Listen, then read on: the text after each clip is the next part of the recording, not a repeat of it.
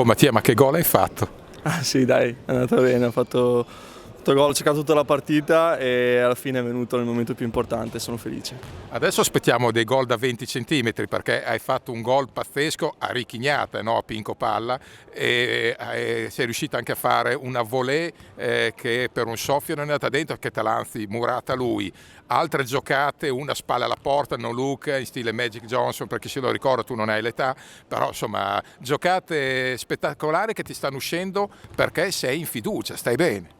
Ah, sono in fiducia, sì, sento la fiducia dei compagni, sento la fiducia dell'allenatore e questo mi dà la voglia appunto di fare sempre di più, ecco.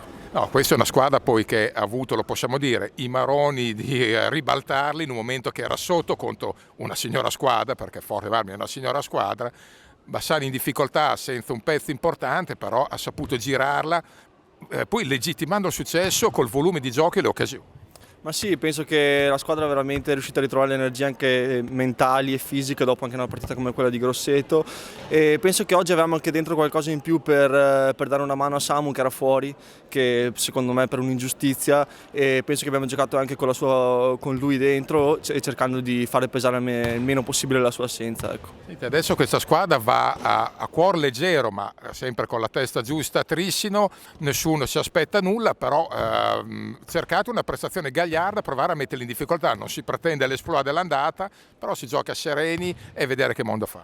Intanto rientra Samu, che è già una notizia positiva, e poi noi andremo là a fare la nostra partita come con tutti, non abbiamo rispetto per tutte le squadre ma non abbiamo paura di giocare contro nessuno e quindi andremo là con questa mentalità. Ecco.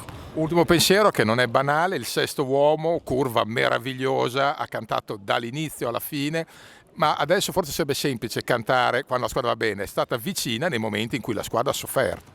Ma no, sono fantastici loro, ci hanno sempre seguito anche negli anni più difficili, nelle partite più difficili, nei momenti più difficili e adesso sono tanti, è veramente uno spettacolo giocare con una curva così. Al volissimo, ma questi 4 giorni, il rigore decisivo col Grosseto, il gol decisivo col Forte dei Marmi, queste cose da raccontare poi ai nipotini davanti al caminetto tra 30-40 anni.